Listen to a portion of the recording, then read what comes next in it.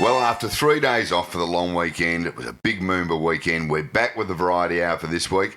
I'm Sergio Paradise, and right here with me, of course, is next year's King of Moomba, Titus O'Reilly. Oh, I thought it was this year's. No. That was all just a dream. This year's was, who was it? A couple of celebrity chefs who were contract. Yeah, Guy Grossi and Karen Martini, I think. Right. Who I contracted to Channel 7. And it was a beautiful thing. Yeah, it was a bit of controversy there. Did you have a good long weekend? Because we had a long weekend down here in Melbourne. In Victoria, hence us not doing yesterday, but doing today. It wasn't a bad weekend. There was lots of practice match JLT community series to watch. There was AFL Women's to watch. Did you regret preferencing One Nation? Yeah, I didn't. Yeah. When my absentee vote for WA.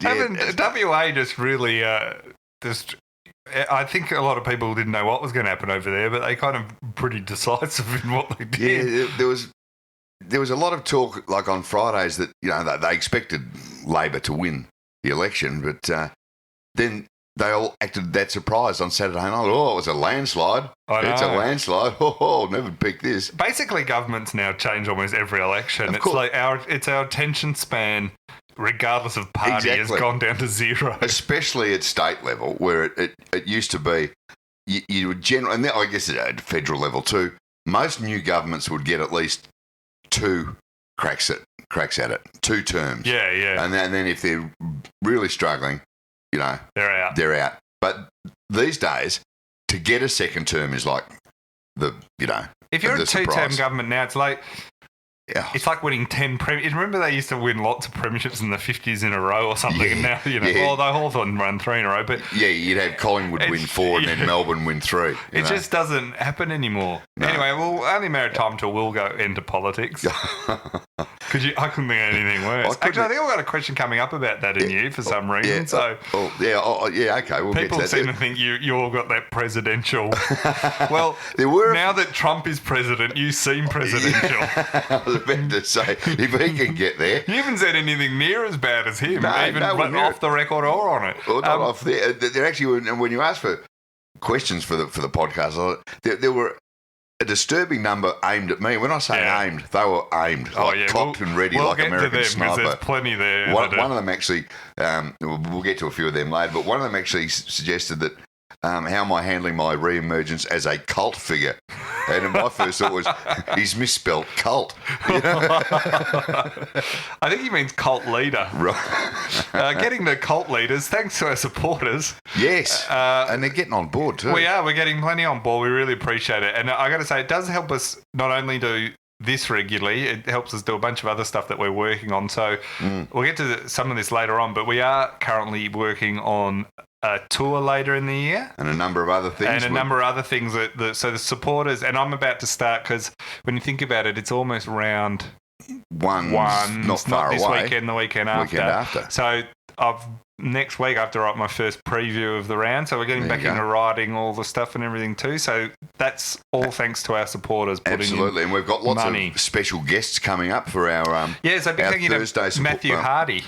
Last week. Matt Hardy was fantastic last week. Huge response, actually. It was. A few people said, is this Matthew Hardy from the WWE? Yeah, I saw from the Hardy brothers. So I just said yes in case they might listen to it then. But he's a tall sort of cat, Matt Hardy. And he does leap off tall building. I couldn't see him in the octagon going head-to-head. He does like a cage and ladder match. What is it? Chairs, tables and ladders, as they used to call them in the WWE. But Matthew was great. Huge Saints supporter. Yes. And if you want to just hear some reminiscing about sort of 80s and 70s football. Growing up in the 80s, watching footy at Moorabbin and going to the Saints. Very funny man too. So we'll definitely get him back again. So thank you to our supporters. Thanks to Matt Hardy.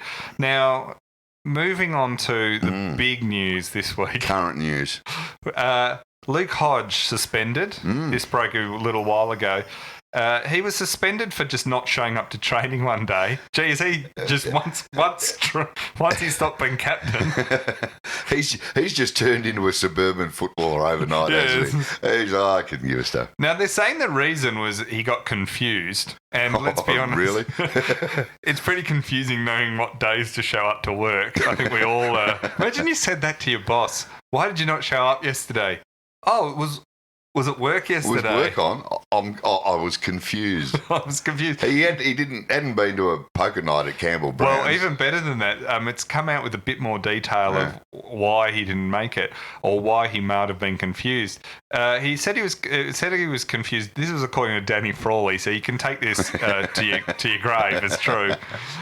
He apparently hosted his brother's 21st birthday the day before.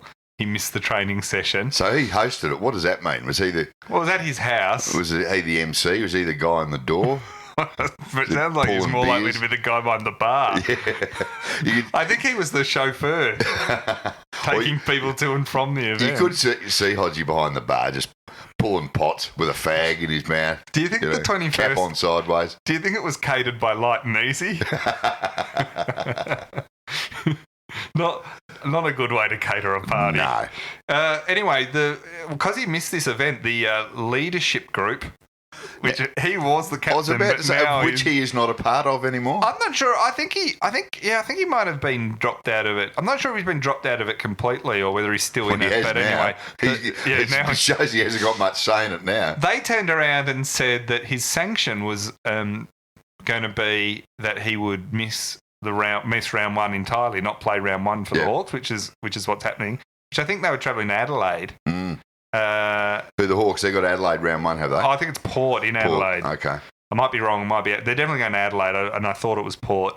So one, he's got out of going to Adelaide. Going to Adelaide, that's a plus. So he's probably not that unhappy. But at the same time, there's a bit of controversy here because famously when they won the premiership last, which wasn't last year before, remember, that was when he was caught drink driving. That's right. And the Hawks did not suspend him at all.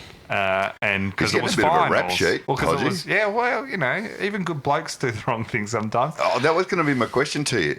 Is he nudging close to the not qualifying for the good bloke? No, in the AFL, the more wrong things you do, the more of a good bloke you are. True. That's the way. It's a counterintuitive law.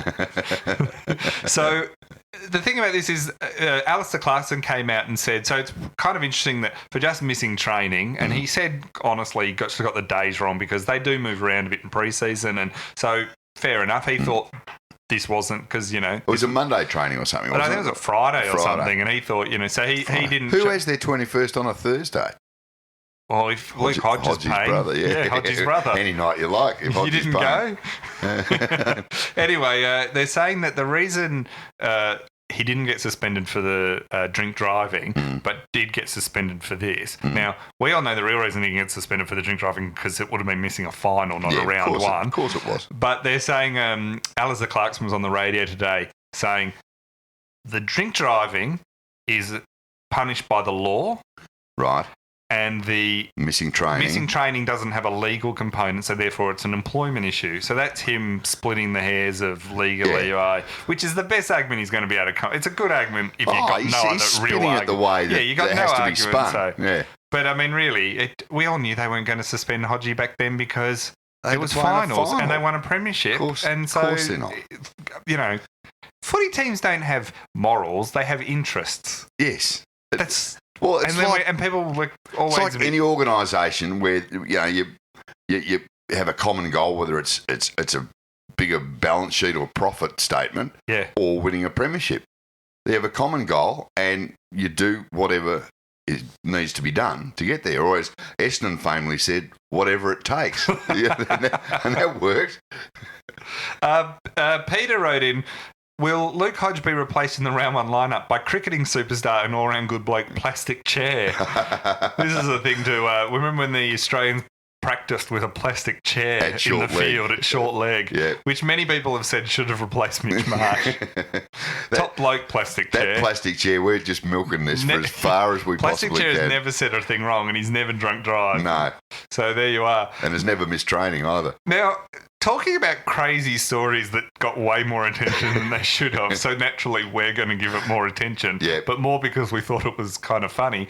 Mick Malthouse did his top 25 players of the last 50 years as part of a Herald Sun thing. They got all of... there was a whole bunch of people do it. And Mick Malthouse is one of them. Now, he left off Nathan Buckley, And he also left off both of Gary Abletts Senior and Junior off his best 25. And also left off. He also left off famously James Hird. Yeah, I was about to say Hirdy, I think. So he left he did include Guy McKenna. Yeah. Well, the other thing is, they said to him, or he defended it all. He actually said, we didn't. When I was at West Coast, we never feared Nathan Buckley because he always got his kicks behind centre. So it's kind of a, there's a bit of sound. What is it? What have you? I don't remember either of the Abletts following him as coach somewhere. Did I miss that? Did Gary Abletts Senior coach West Coast after he left or something? Don't think so. There was no succession plan there? No succession plan. But people were surprised about this. I'd have to say, when was the last time Mick said something sensible? Is this a surprise? Well, it's not a great surprise, but it sort of is if he's... Not that he probably gives a stuff about this, but if he's trying to maintain his position as a footballing elder statesman who has been there and seen it all, and whose opinion is to be valued in a media sense or a greater sense, he's got to be a bit more credible than this. Simple as that. I mean, Gary, if I was to do my top 25 players, not that anyone's asked and probably and never will, but you'd have to have Gary Abletts Senior at number 1 or 2. Where would you have Paul Primke? Paul Primke would be about where Bernard Tomic's rating is at the moment. Low 200s, I think. Now, he came out and said that he could have found, if it was like a list of 29, which is an arbitrary number he's pulled out, why not go to 30, Mick? Round figure. Number. But he would have had probably both the Abletts and Nathan Buckley in there. He also said he'd have had James Clement in there, and says James Clement always beat Hird, so therefore that's why Hird was left out. And the reason he left out, he said the other day, Gary Abletts Senior, is that he said twice, he remember when he was coaching West Coast, they played Geelong, and he said both times Michael Brennan, who, and his quote was as slow as treacle, absolutely took him to the cleaners both times. So what he's saying is Michael Brennan, a journeyman, a premiership player, but a journeyman at best. Yeah. He had the better of Gary Abletts Senior, the greatest player of all time, twice. Therefore, Gary Ablett shouldn't be in the top 25. It was a dud. It was an absolute dud. Unpredictable dud. He was certainly unpredictable. On that logic, David Neitz used to more than twice cleaned up Wayne Carey. You wouldn't have Wayne Carey in your list if that's the criteria. David T wrote in, which is a good point. Was James Clement the single most underrated football of our generation? Obviously. According to Mick. I never realised we had such a superstar, that we got to watch live in our own generation. And a modest superstar at that, you'd have to say. I can't wait in 30 years' time me telling kids, my grandkids, I saw James Clement play. I saw him get around out there. Yeah, I saw Michael Brennan. I saw Michael, slow as treacle as he was. Did you see Gary Abletts Senior? Oh, yeah, but let me get back to Michael Brennan. Slow as treacle. Who says that? It's such an old man quote. Every kid who listened to go, what's treacle? I'm still not sure what treacle is. Mick's just a parody of an old cranky man. Like I almost he's want a him character off a sketch comedy show. I almost want him to turn around in at some point and go, the last 10 years has been performance theatre. It's just been, it's just been a joke. I'm actually quite happy. He's done it so many times. Still, my favourite thing of all time was when Josh Bootsma got caught Snapchatting naked photos of himself. Now, that's not my favourite bit. But my favourite bit it was at the time. Yeah, but my favourite bit about that whole thing is just imagining someone having to go and brief Mick on that. And explain to him, what Snapchat is. Hang on, explain this to me again. Yeah, you take a picture of your old fella, and you can send it on your phone to a girl who you've never met. He did this.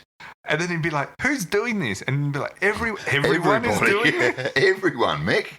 Mick would have spent the rest of the day on his phone. Now, Mick, let's move on to Tinder now. Imagine giving Mick the social media 101 overview. What happened to just asking a girl to the dance with a chaperone? Now, Mick, you're across Tinder. Now it's Grindr. Yeah, just blow his mind.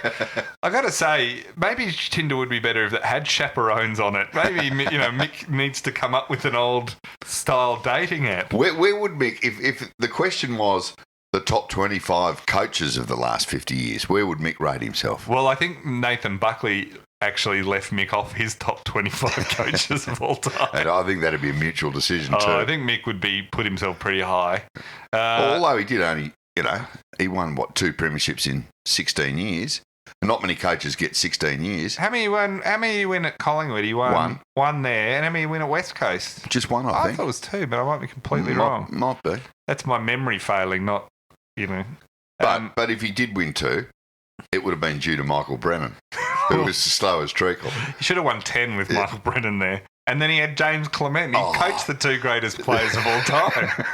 He sort of coached through. In fact, yeah. Dennis Pagan only got Wayne Carey. It's not doing Mick's coaching record any favours by pointing this out, that he had the 2 greatest players of the last 50 years. He did have to carry duds like Nathan Buckley. Yeah, he did. And Glenn Jakovich and Matera. They were a good side, that West Coast Eagles side. They used to have loose men everywhere. They literally, that's all I used to remember watching. Loose men everywhere. I'd be going, where is the opposition? And 4 out of 5 of them would be Matera. Yeah. He was, he's underrated of those all the... 2, I think it was 2 grand finals in a row, Matera won the Norm Smith. And, hang on, that was Andrew McLeod. But Matera did win 1, and it was just one of your best games you've ever seen in the grand final. He was a superstar. He was a champion. Now, moving on. Brett Hetty, he was another good one at West Coast in those days. James Clement. Yep, Collingwood. One of the greats.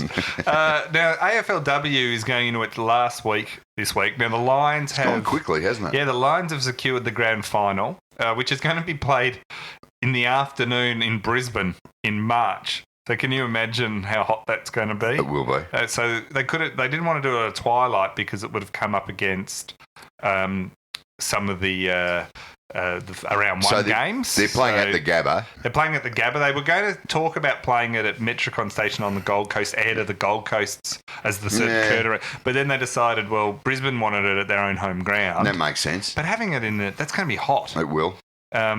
So on top of that, though, the one thing is Melbourne beat Adelaide this week. So I was about to say, who are they going to be playing? It's Adelaide or Melbourne, isn't it? Yeah, so what happen this week is Adelaide need to lose and Melbourne need to win. Right. Or if Adelaide win, Melbourne then have to win but have a huge percentage, huge win by percentage because they're behind on percentage. Yeah, but that's unlikely because... Most likely scenario for Melbourne to get in is if Adelaide lose and they win. Yep, okay.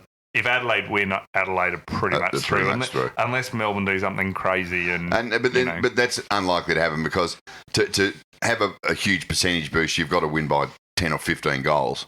Yeah. And they just don't score that highly. No. So anyway, it's been a successful season. It's gone beyond all the belief of what they probably would have predicted. For something that was, I won't say created, but put together and run by the AFL, it'd be the first thing I could think of that you really couldn't pick too many holes in it or say, geez, they got bits of it right, but geez, they stuffed up here.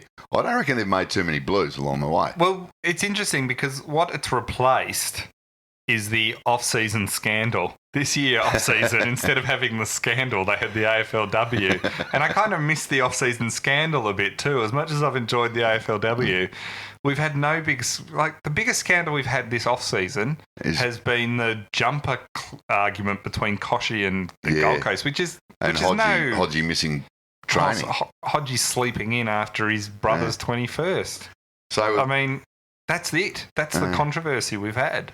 Can we now suggest that the AFL Women's, this being the final week, and then the grand final's on the 25th? It's on, the first round. So which will mean Monday the 28th. Yeah, Mad Monday. Can we do our podcast live from an AFLW Mad Monday?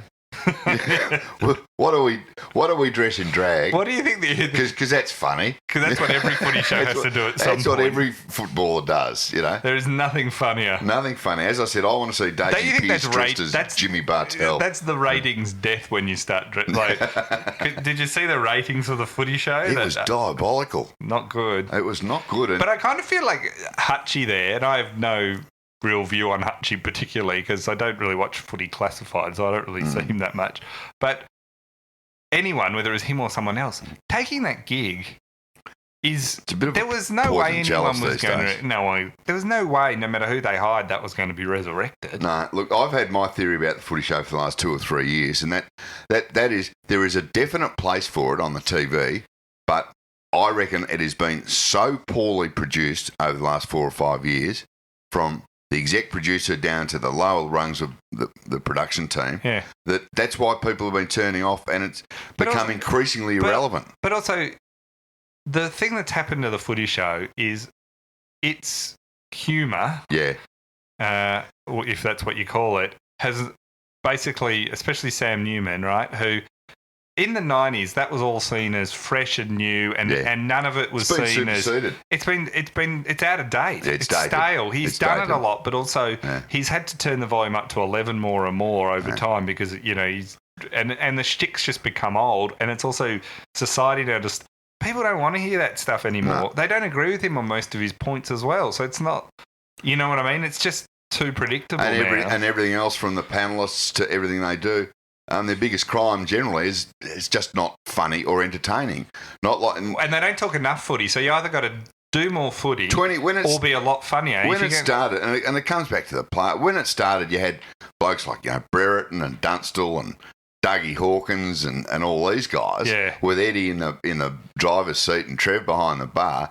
It was genuinely entertaining. Now, if you went back and looked at all those old shows, they wouldn't be nearly as funny as you probably remember them as. No. But they were funny and entertaining. At the time too, because humour changes. Like you can't do the same act. It's like very few acts last long forever, No. Like our act, lasted a week? Yeah, I was about to say, we've tried to milk it for beyond a year, but we're dated already. Anyway, well, it's interesting. We digress, but the footy show... And then SEM Breakfast this morning turned in a terrible ratings out. Shocker. So Gary Lyon's return is... that hasn't worked. I did laugh a bit about when he got stuck into Jack Watts. Yeah. And on SEN trying to, drum up some controversy about, or get attention to the show, said Gary Lyon is furious with Jack Watts and wonders what he did all off-season instead of training. And the first comment someone wrote is, I tell you what he didn't do, Gary. I think I know what he did. And he wasn't sleeping with his best mate's wife. Yeah. Anyway, that got screenshotted and just sent around. So, and that's what they're up against, But I think people get bored of the same stuff. Like they want kind of, they've kind of this, footy mates all being hilarious, supposedly. It's kind of been done a lot. It was new in the 90s. Let's be honest, but Gary Lyon, Tim Watson, and Hamish McLaughlin, they're not exactly the Three Stooges. They're not the Marx Brothers. Yeah. None of them, in their own right, are particularly funny blokes. And Gary Lyon, forgetting the controversy, he's a genuinely fairly dull sort of cat. So, Good at picking coaches, though. Done great stuff at Melbourne over the years. Now, getting on to cricket, one of our... we've just effectively destroyed any chance of us working at Channel 9 or SEN. I think we were already... I think the black line had already gone through our names there. It's often, I've been told by a few media outlets, some have engaged me, but I've been told by a few through some various back channels, unsolicited, I should add. Yes. Like not me asking, they've just, this is the best thing. It's like being rejected by someone you're not interested in. But they've sort of said, you're seen as a bit dangerous. And I go, really? You're about to hire James Hird and Gary, and you did hire Gary Lyon? I'm dangerous. Dangerous. But that's the feedback I get from these. I got that from SEN, and I didn't ask for the feedback. As you say, it's like a chick coming up to you saying, "You're not taking me to the prom." Yeah. I didn't ask you. Yeah. You know. Plus, I'm way too old to go to the prom. It would be seen as a bit weird. Yeah, I can't go to the prom. I've still got that 500 metres within school rule, you know. Oh, it's just a weird world, isn't it? Now, getting on to cricket, which you and I... quick, before you do, when does the third test start? Thursday. Thursday, good. That's my day done. that's next 5 days done.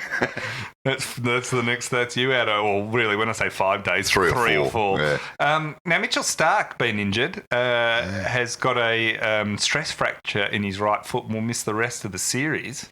Now, that might explain why he wasn't actually... I didn't think he played well, but he wasn't amazing. He wasn't his normal self.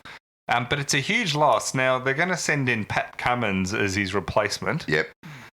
Which will, the jury's out on that, really. Now, also, Mitchell Marsh, who flew home and everyone made a lot of fun of. Not us, of course. No, poor Mitchie. He's actually going to have an operation on his shoulder and be out 9 months. Which one? Doesn't matter. Now, so that's happening. Now, we've got a bunch of questions here coming in. The Bargeman, on this topic, the Bargeman wrote, do you agree that one Sheffield Shield match in 6 years is an ideal preparation for a pace bowler before going to India? I agree. Yeah, that's Cummins there. I think that is the perfect preparation. There's no question of that. It is amazing. Like, I kind of think either, and myself, you, all our followers, all the supporters on Twitter, not of us, but just people on Twitter, Facebook, like everyone I talk to is cricket fans. They're just cricket fans as a whole. Either we all know absolutely nothing and the selectors know everything and are much cleverer than us and we just don't see it, or the selectors are idiots because there are so many things they pick and do that you just look at. Now, Cummins might work out, I don't know, but Mitchell Marsh was the perfect example where we all knew. It was patently the obvious shoulder that wasn't the thing. Like, he hasn't performed his whole career. Patently obvious to everyone else, and they just don't do it. But here they pick someone who hasn't played Sheffield Shield, has the talent, but... Did Marsh do his shoulder over there, or did he get there with a dodgy shoulder? Because if he did, I think that was a terrible piece of selection. I'm almost positive that Cricket Australia did it to him on the way back. just to come. Hey, Mitch, just come in here. Why are you holding a cricket bat? Yeah, Dave Waters just come in and given him one with the big fat bat. This bat's going to be illegal soon. Let's get in early. Lee Jones wrote, it's going to take Mitch Marsh 9 months to recover from his shoulder reconstruction. How long will it take to reconstruct his batting? That's the sort of sympathy I expect from one of our listeners. The guy's just... Lee Jones can be fairly brutal on Twitter. Darren Flash Nicole. Now, there's a name. Darren, you're getting a bit ahead of yourself, pal. Well, it's like we come back to before. It's whether you've given the nickname to yourself or someone else has. If someone else has, then it's fine. Yeah, Darren. Although you don't want Flash to have come from your girlfriend. Or your parole officer. But Darren, if you're getting around saying, hey, just call me Flash. We're going right off you. No, I'm sure he hasn't. He said, if my mate Steve Marsh named his firstborn son Marsh, would that guarantee him a spot in the Australian cricket team? Marsh, surely first picked every day of the week. I agree with that. I'd love to see that. Or the other one is Mitchell. Yeah. It's like if you read the classic book Catch-22. Yeah. There was a kid was born the surname Major. So his dad made his Christian name Major, so he's Major. Yeah. So then when he got in the army, somebody up high thought it would be funny to make him a major. Which it is funny. It is funny. So Marsh, you'd like to see Court Marsh, Bold Marsh. Yeah, perfect. I think that's great. I think it should be named Marsh. In fact, Flash, let us know if your mate doesn't name him Marsh. But if he does... we're all over it. We're all over it. Big Ted wrote in, are Cricket Australia sending Mitch for surgery to add authenticity to his injured narrative when we all know he was dropped? I think Big Ted's right there. I reckon there's actually... It's a very cynical look at things, Big Ted. There's nothing actually wrong with him. They're just sending him for a shoulder. Yeah. Recon. And who knows if he's even going to have the operation? They've just put him on a plane and gone, he's done a shoulder. He's going to be out for 9 months. He probably is. It just the thing is he couldn't bat when he was healthy. Yeah. So Well, he certainly can't now after Dave Warner's fixed him up in the rooms. Nick Connell wrote in, is it true that Mick Gatto has secretly flown to India to bat at 6 in the third test? Not true, Nick, because if Mick Gatto had flown to India to bat at 6 in the third test, it wouldn't be a secret. he would have made sure, Mick Gatto would have made sure everyone in the world knew about it. He would have called a press conference and then got on the footy That's show. right. Although that would probably, him batting at 6, he'd probably score as many runs as Marsh, but also the sledging would get interesting. It would. Be good to see Coley get in his face. Now, one thing, this is a favourite story of mine just for the sheer pointlessness of it, but also how quickly the media now both works and is shut down because of social media. There's a bit of chat this week about the racing authorities down here in the VRC and various others in Melbourne looking at changing the date of the Melbourne Cup, pushing it back a bit. So instead of being the first Tuesday in November, as it's been since day dot, since 904. Yeah, it was first run in... day before that. I'm thinking of the Australian Open. Yeah, it was first run in 1861, 61, exactly. You're spot on, 1861. Won by Archer. Sorry, I was thinking Australian Open in my head, which was 1905. That's right, run by Archer, the first two. Back in 1861 was the first one. Now, this was floated in the paper, in the Herald Sun, that they were looking at potentially moving it because they were finding that the AFL was swamping the lead up. Now, the idea that the AFL stopped swamping the media in Melbourne for another week or two. There is no day. The only day that probably doesn't get swamped by AFL is probably Christmas Day because no one buys the paper. So just every other day down and here. Good Friday, and even that's gone now. Yeah. You know? If you're interstate, travelling interstate, Daily Telly is fairly indifferent to AFL. We'll have it occasionally, but is usually it's a rugby league paper. There's no question. Same mail. The Courier Mail is the Broncos. Yes, and that's pretty much it. Or that the AFL is in trouble. The Courier Mail is the Broncos and or Jonathan Thurston. That's right. That's right. JT. Adelaide is mainly the Crows and Port, and that's it. Yeah. And WA is the same with Perth and with the West Coast and with the West Dockers. Coast and the Dockers, and that's the way it sort of rolls. So, so you're not going to get much cut through later in the year by changing the date of the Melbourne Cup. It says here though that straight away within a few hours of this running in the paper, the Victorian racing minister Martin Pakula came out and tweeted that. He's putting the race clubs on notice that there will be no charge through Twitter. Just not happening. No, not even a phone call. So the story was kind of dead in an hour. But see, you started off when you said the various racing authorities in Victoria. This is half the problem, is that you got the VRC, who controls Flemington and the Melbourne Cup Carnival. Yeah. You've got the Caulfield, or the Melbourne Racing Club at Caulfield. It is the Caulfield Cup. And then you've got the Moonee Valley Racing Club, who have the Cox Plate. Yeah. Now they all work independently of each other. There's no overriding authority other than Martin Pakula, obviously, which is why... Who tweets his edicts. Yeah. Silly things like this. Well, I'm glad he did, because it was a stupid idea. But I like it. But when were they going to make it to? A couple of weeks later, getting into sort of and then it conflicts with the Cox Plate. That sweet spot that the Mundine Green fight is targeting for the third time. So it's like they're sort of saying outside of footy season, there's like a week of the year that you can do other sports in. Is that how all-encompassing AFL's becoming? It is. And this time of year, like late October, November, the AFL media is just consumed. You got with draft and trade free week. Agents. Trade week is getting bigger every year. It's bigger than the season, Serge. Yeah, it should just be 22 weeks of trade. We've said that's been your theory for a long time. Just move them around like pawns for 22 weeks. You don't even actually have to play a game. No, it's just basically Supercoach. It's fantasy footy. No injuries. So that was just shot down almost overnight. It was quite amazing. I was thinking it would run for a while.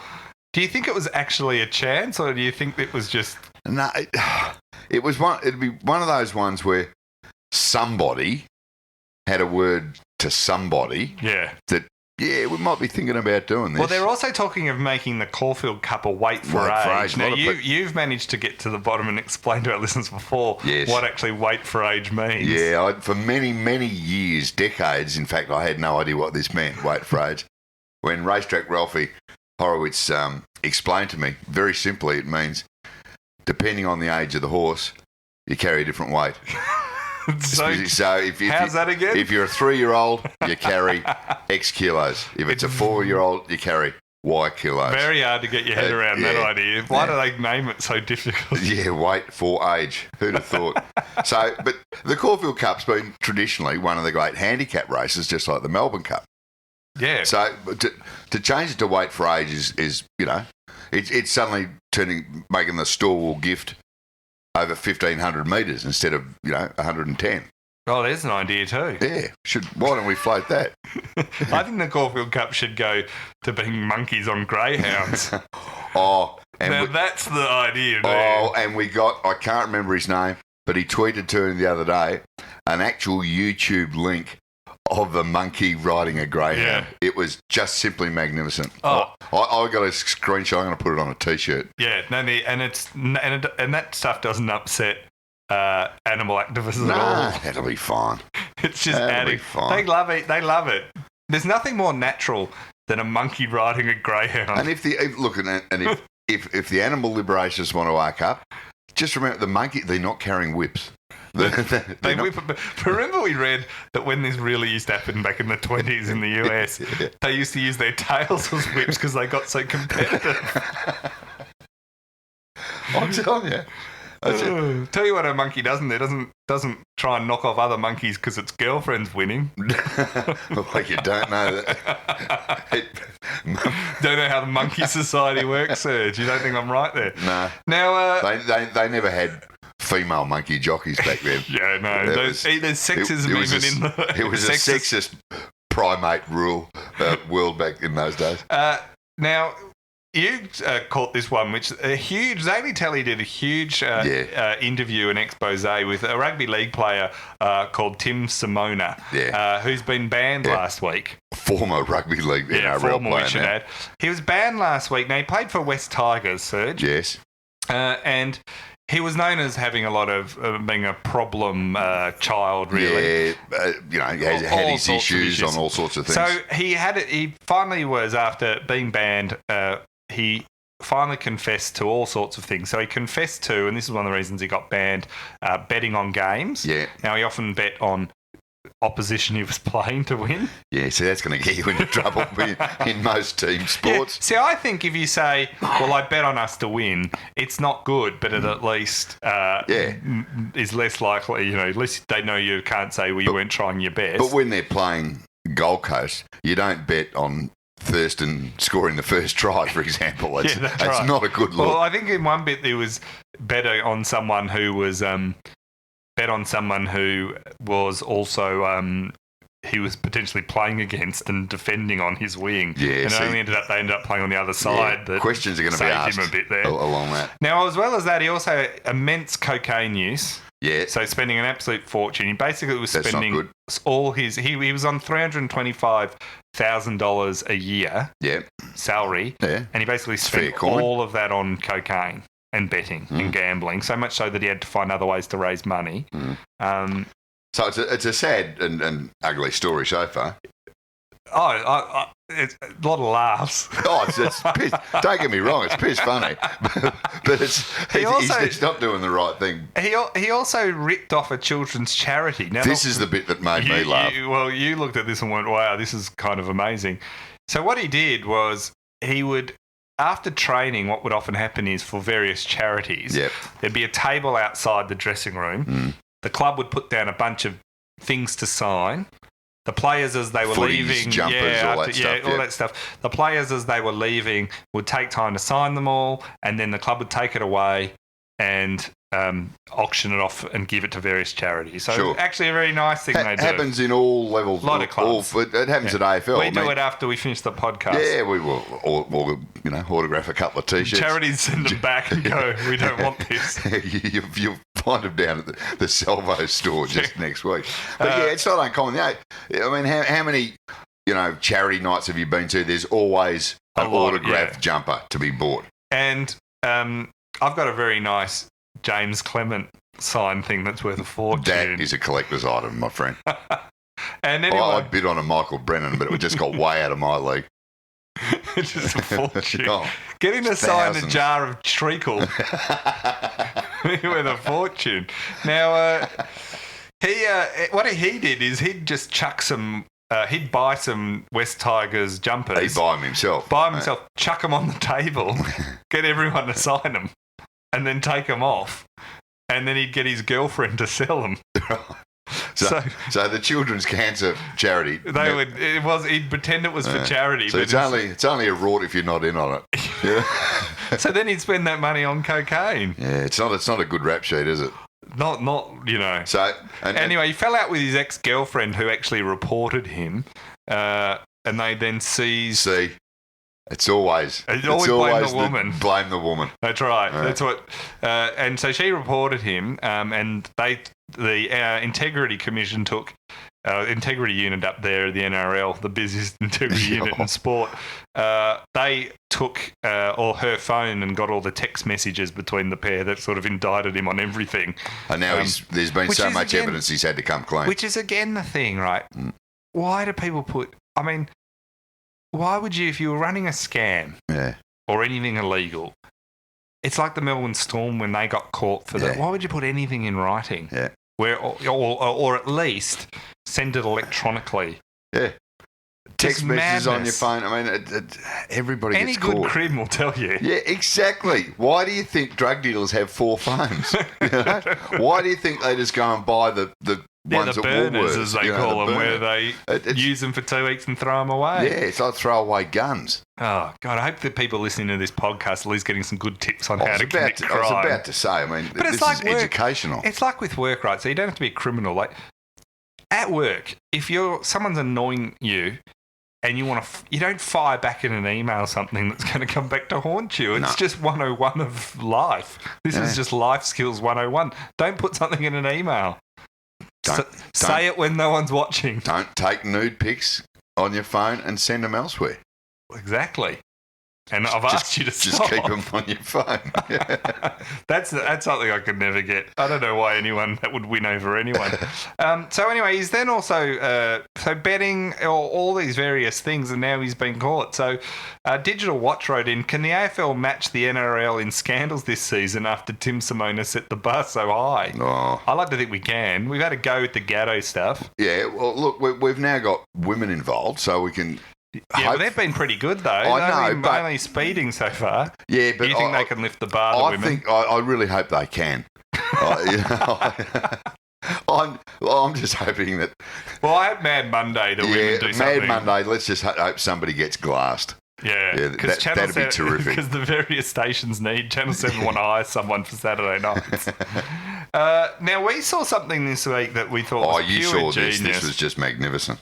Now, you might remember in France a few years ago, Russian hooligans and English hooligans basically clashed. And it was I think it was at the Euros, but I could be. I think it was English soccer hooligans for generations they've travelled to Europe. I think the difference here is, I think Russians, as you probably can expect, do things slightly differently. So I think the English hooligans were always drunk people up for a fight, and that's sort of what happened. Now, the Russian hooligans take this very seriously, and a lot of them get martial arts training. So they beat the living suitcases out of the English hooligans. Because they were prepared, and they trained for it. Yeah, so, which, while it's abhorrent, you kind of have to admire. Anyone that dedicates themselves to whatever they're good at. So anyway, it's become a huge issue because FIFA corruptly awarded the next World Cup, which I think is 2018, to Russia. Yes. Because you'd want to have it there. Yeah. But won't be nearly as good as the one in Qatar after that. Well, it's got a chance because all these hooligans don't even have to travel in Russia. No. So there's a real worry about... They can drink. There's plenty of vodka available. There's a real worry there's going to be huge violence because in Russia, at the Russian leagues, they have huge violence at their matches. And there's a worry that this is going to be massive. And already fans, Russian hooligans, have started saying, yeah, wait till you're sharp. Now, the thing is, Russia said, we've put on extra security and measures to stop hooliganism during just while the World Cup's on. Yeah. We're going to stop it. Now, you have to think maybe that Putin might actually be able to achieve that, because if there's one person hooligans might actually listen to, might be Putin, yeah. They kind of recognise in themselves another hooligan. A goose-stepping Red Army through Red Square will probably, they might recognise that back in your you're box. not going to jail for a few hours to sober up with Putin. You do this, and during the World Cup, you may never be hooligan, never see another soccer game in your life. And that capsicum spray, that ain't capsicum. Yeah, they're not rubber bullets they're firing. Anyway, but just to show that the Russians kind of think differently to you and I. And I'm always up for a bit of lateral thinking. Yeah, and this is good. One of their parliamentarians has come out and said that... They have parliamentarians? Has come out and said... He's got a solution for the problems with soccer hooliganism ahead of the World Cup in Russia. They should legalise it and make it a spectator sport. Right. This is on top of the World Cup. Yeah. A new sport of hooliganism. Yeah. So instead of this, he's saying, and his name is Igor Lebedev. He sits in the Russian parliament, and I think sits is all they do in the Russian parliament until they make says, too many decisions. Sign this. Yeah. Is sort of what they do. And I'm glad his name's Igor too. It sort of had to be. He's said they should draw up rules for what it is something called draka, which is Russian words for fight, which would have 20 fighters on each side, unarmed, in an arena. Right. He said that the organised brawls could turn fans' aggression into a peaceful direction. Which I'm not sure about the peaceful direction. Would this new sport have hooligans in the stands? Have trouble telling the difference between another level of hooligans coming to hooliganise at the hooligan fights. The hooligans in the stands aren't even watching the hooligans in the ring. So that's one of the things he's saying. He said it would also serve as an example for English fans who he characterised as undisciplined louts and poor fighters. Now, this guy... Them's fighting words, Igor. This guy's good friends with the... this guy's actually good friends with a lot of the hooligan fans in Russia. Right. Even though he sits in Parliament. And when they were beating up the English, he tweeted... at the European Championships last year, he said, "Good job, boys, keep at it." So this guy's not an independent observer, right? He's not. He's a fan. He's a fan of the hooligans. Now, if this happens, can I suggest something? Yeah. Can we send the fanatics over to take on the Russian hooligan team? Oh, could you imagine? Yeah, they start chanting. Aussie, oi. He's not going to go too well over there. Now, it says here, he said Russia would be a pioneer in a new sport. He suggested fights between fan groups could draw crowds of thousands. He said English fans arrive, for example, and start picking fights, and they get the answer. Challenge accepted. A meeting in a stadium at a set time. This is like organising a fight after school. It is. But on a national level. This is like blokes at Moomba on Saturday. Yeah, what is this, Moomba? So that's kind of like, I don't know. It's so whatever. Now, he says here, like last little bit, that some fan groups in Russia already hold illicit fights along similar lines. They typically pre-arrange mass brawls in rural locations away from police. You see? So things going along just fine until the government gets involved. What a nanny state. Yeah, nanny state. Wanting to regulate good old-fashioned brawling. Yeah, hooliganism. just let it stand as it's been a tradition for hundreds of years. So that's making me feel very good about the World Cup in Russia. It's going to be a good couple of I'm looking forward to that. But how years. does it work? The hooligans turn up to watch, say, I don't know, Brazil take on Argentina. Yeah. And there's a bunch of hooligans wanting to fight each other. Do they have to stop the soccer match to say, well, hang on. Half time. Yeah. Much better than Auskick. Better than the half-time sprint. Yeah, that's right.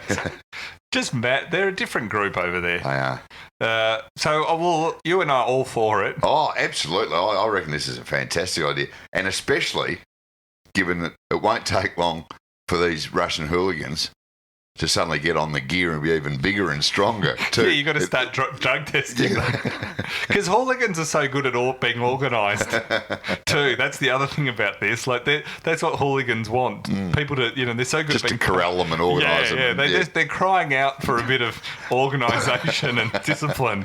There's nothing those Russians can't do is discipline. And I tell you what, that's what the footy show maybe should start to show instead of get the ratings right up. Now, we've had a heap of questions. We were inundated. We were this week. If I can go so far as suggest that, with a lot of questions. Now, we'll start off, because this has been a big one in the media. Liam O'Brien, good Irish name. Good Irish name, yes. He said, are you even more afraid of South Australians now that they won't be able to get their daily Coopers fix? Have you been following the Coopers thing? I sort of have. Now, there's been, explain it to me, there's been controversy with Coopers beer, which we all know, the red and the green, the pale ale, and famous brand. Just goes on a good day, I reckon, Coopers. It's a South Australian brand. And it's better than West End, but only just. The family that own it have long been supporters of various Christian groups, especially the Bible Society, which just turned 200 years, which I know you would have been aware of already. Yeah. And the Bible Society are fairly staunchly anti-marriage equality. And as part of this, basically this marketing campaign around, Coopers did a commemorative can of Coopers Light. Right. Light linking to the religious component, see the light sort of thing. That was the clever play on it. And they got a couple of politicians to debate marriage equality with Coopers as part of their...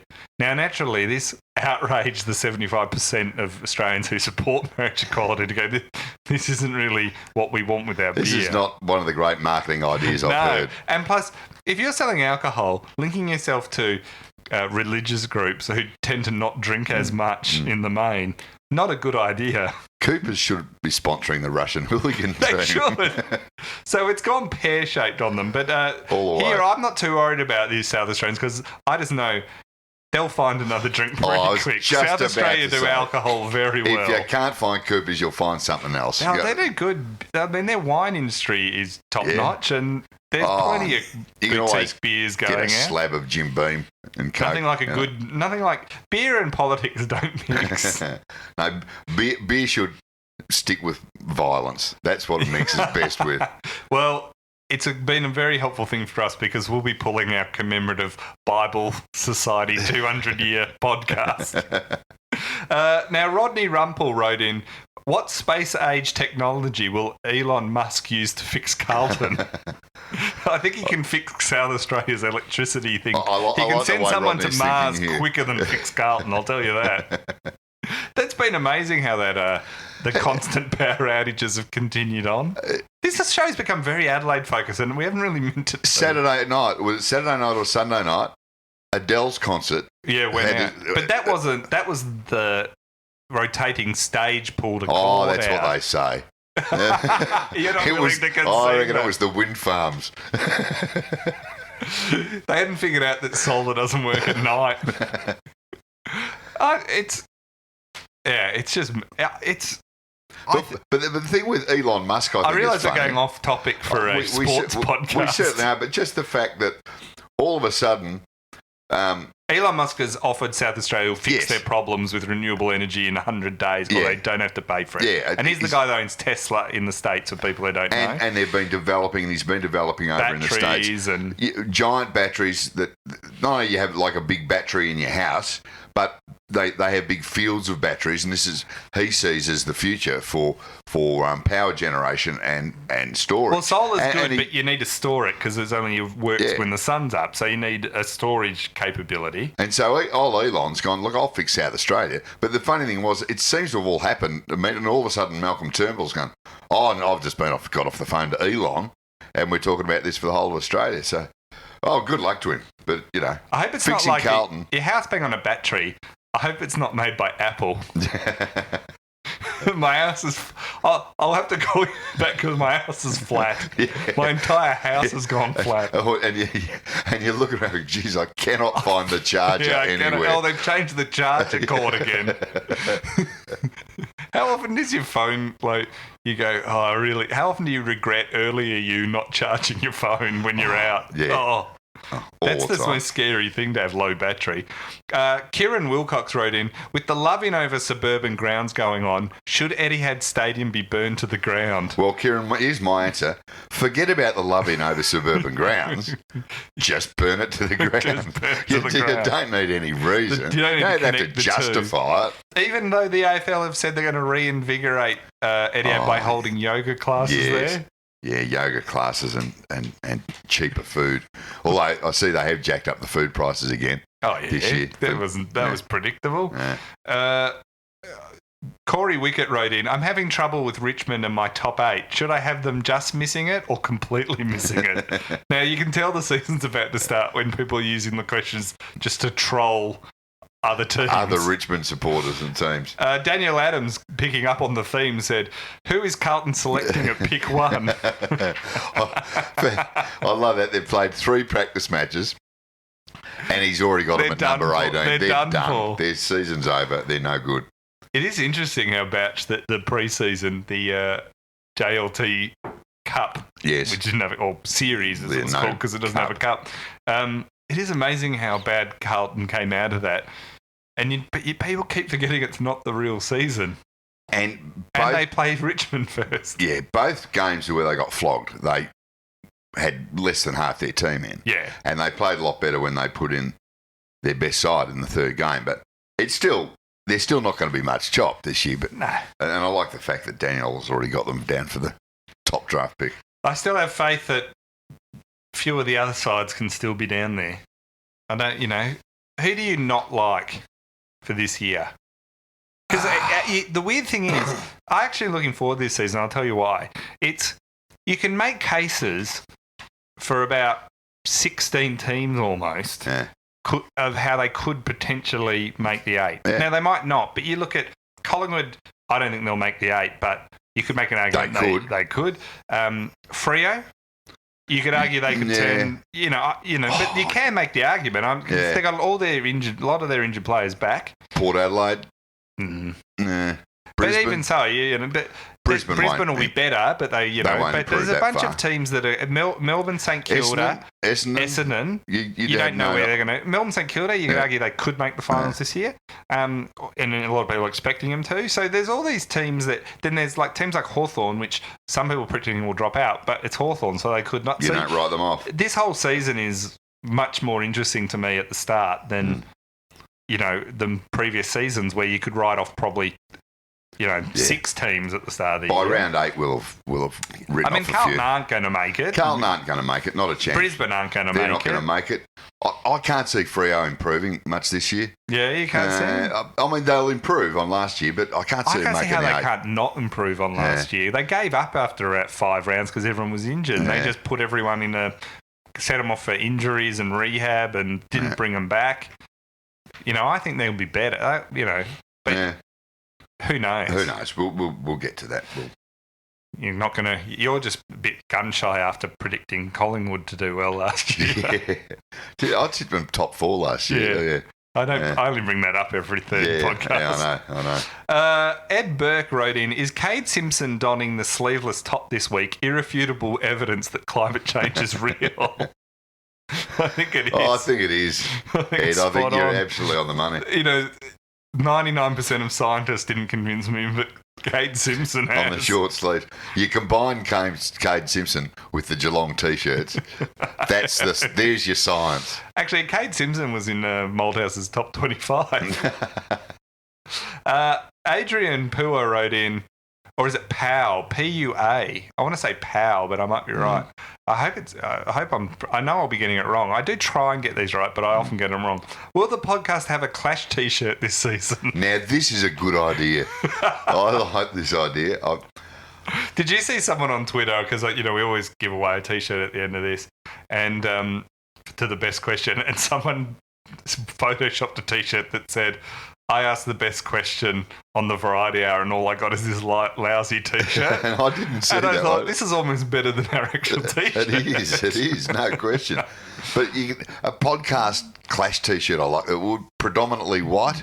Yeah, that's right. It's got to be white. So that doesn't clash with other podcast T-shirts. If you bump into someone wearing the grey one. Yeah.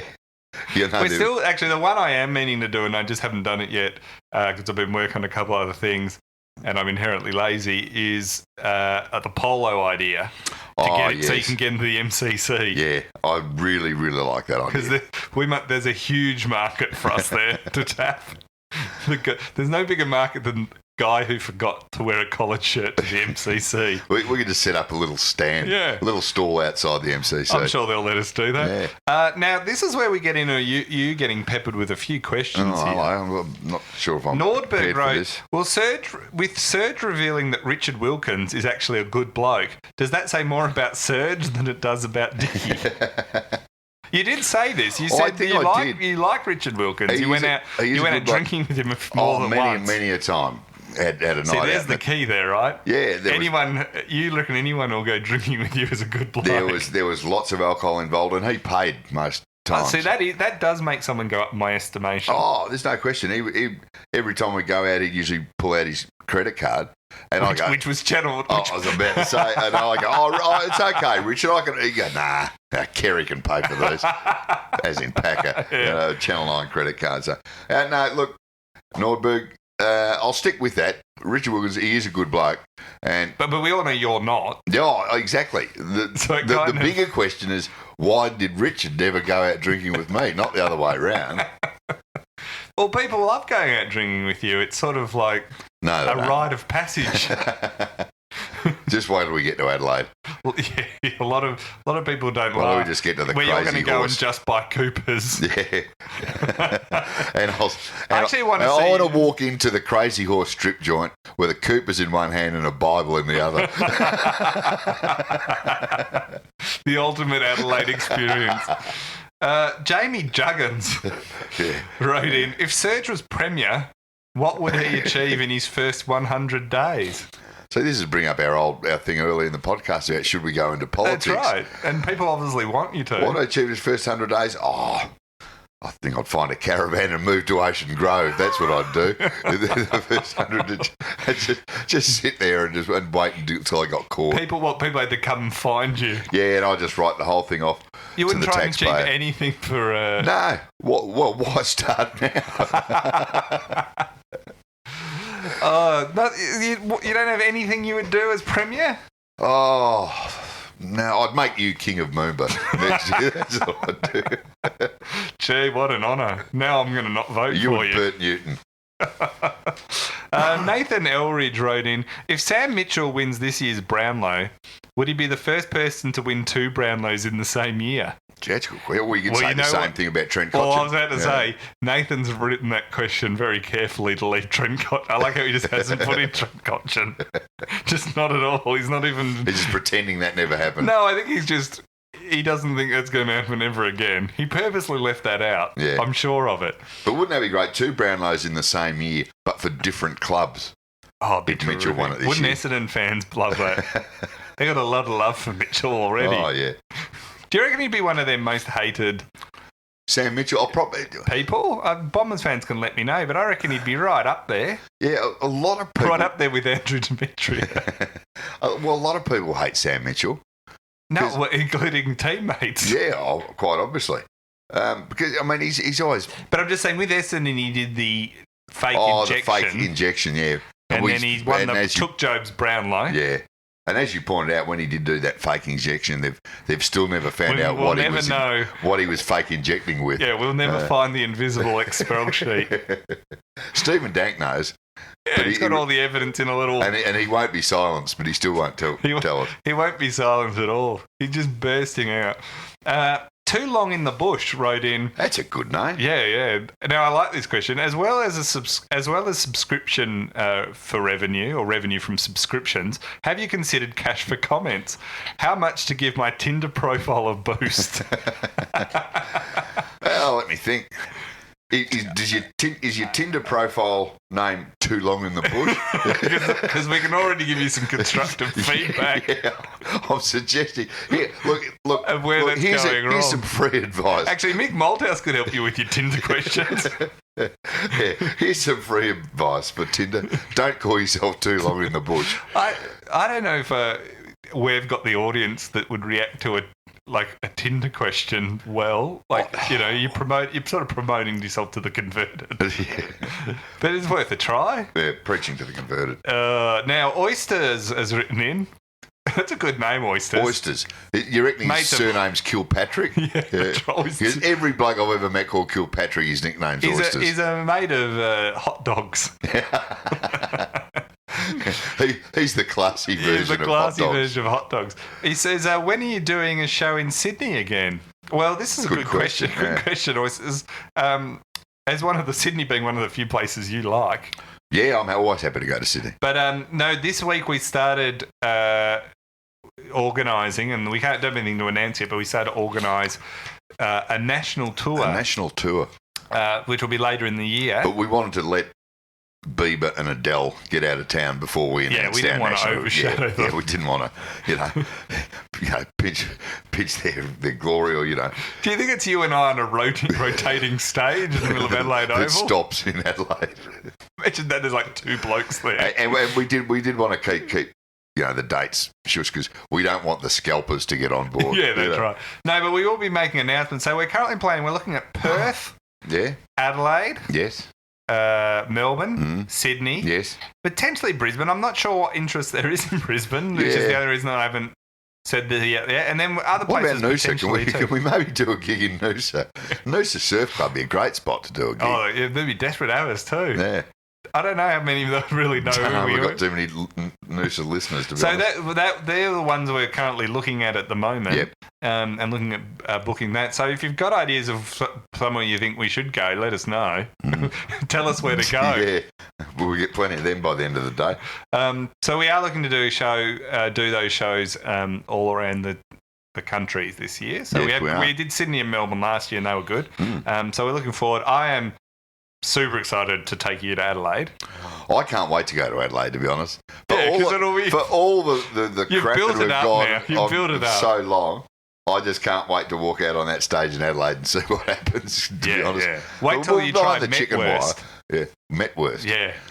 Bigger. It's a type of salami, but it's kind of garlicky. It's a speciality. They do it very well. Back in the day, it's huge over there. The South Australia, there were a lot of Germans. A lot of Germans in South Australia with the wineries and whatever. Yeah, that's right. But so that's where the Metwurst would come from. Which do they do a good schnitzel? Oh, they do. Adelaide? Yeah, all the food's good there. Yeah, okay. You'll enjoy it. You convinced me. Well, plus people over there. Whenever I've been over there with them, and I've been there quite a lot, they're good drinkers. You'll have fun. I'm sold. They'll hate I can't wait to get there. When you wake up in a barrel. Or when I don't wake up in a barrel. When I'm found in a barrel in 6 months' time. I actually think they're kind of a decomposing corpse in a concrete barrel. You're doing that thing where, when they call it negging, where a guy talks down a girl to win her over. Yeah. You're doing that to whole cities at the moment. Damien Timon wrote in, and this is a big question. Sweet potato or normal potato? Oh. To me, sweet potato is the devil's potato. See, I don't consider sweet potato a potato. I think you've got potatoes, and then you've got the long, slightly orange ones. It's a completely different vegetable. I see sweet potato as the devil's potato. Yeah, when someone says, I say at a pub, I'll get some chips, thanks, and they say, we have sweet potato chips. And I just think, no. What is going on with the world? Yeah, that's like saying, this is what a lot of modern food is, right? You go, can I have X? And they go, yeah, we put Y in it that makes it worse. Yeah. Like we perfected pizzas, but now we're chucking spinach on them. Yeah. What is going on, Serge? No, you're dead right. I'd never regarded it probably as the devil's food, but careful, like the sweet potato lobby after us. Oh yeah. Look, if anyone in the sweet potato industry is offended by these comments, You know what's We apologise unreservedly. You know what's even worse? Yams. Have you ever had a yam? Never eaten a yam. Oh, terrible. No, one of the worst things I've ever they eaten. just remind me of Popeye. I was in the Solomon Islands when I had a yam. Were you? Yeah. I hate the Solomon Islands. You know, you've been there? Just add it to the list. I actually would. I've actually seen photo. I would like to go to the Solomon Islands. Can we put that on the tour list? Honiara and Solomon Islands. Yeah. Places unknown. Parts unknown tour. Gee, that might be our future. Playing to expats in the Solomon Islands. Just sitting there with a bowl of yams. Dare to dream. Oh, well, on that note, now we can announce. Now, because it's a short week, we don't have a guest this week. No. And that was just because of the short week, and a few people couldn't do it because of that. But we have got some big ones coming up, and you can announce here and now. Next week we have... Well, Monday we'll be doing our normal show, and then on Thursday we've got one of the great sporting broadcasters of our sort of generation. He's now the head newsreader at Channel 10. He's a massive Hawthorn fan, but don't count that against him. Steve Quartermain's going to be joining us. Quarters. He's called footy. He's called the Olympics. He knows his sport, and he's done all sorts of stuff in the media. And he, for some foolish reason, has agreed to come on this podcast.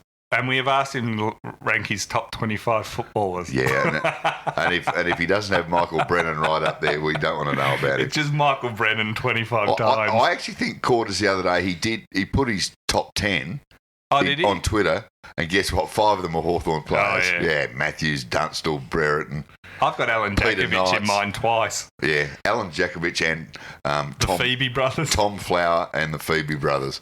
Yeah. They're all cold. Yeah. All right, well, we'll see you all next week. We've got a couple of big shows coming up, and then we're into footy season. We will. And we're going to only get busier. Exactly. So we'll see you then. See you then.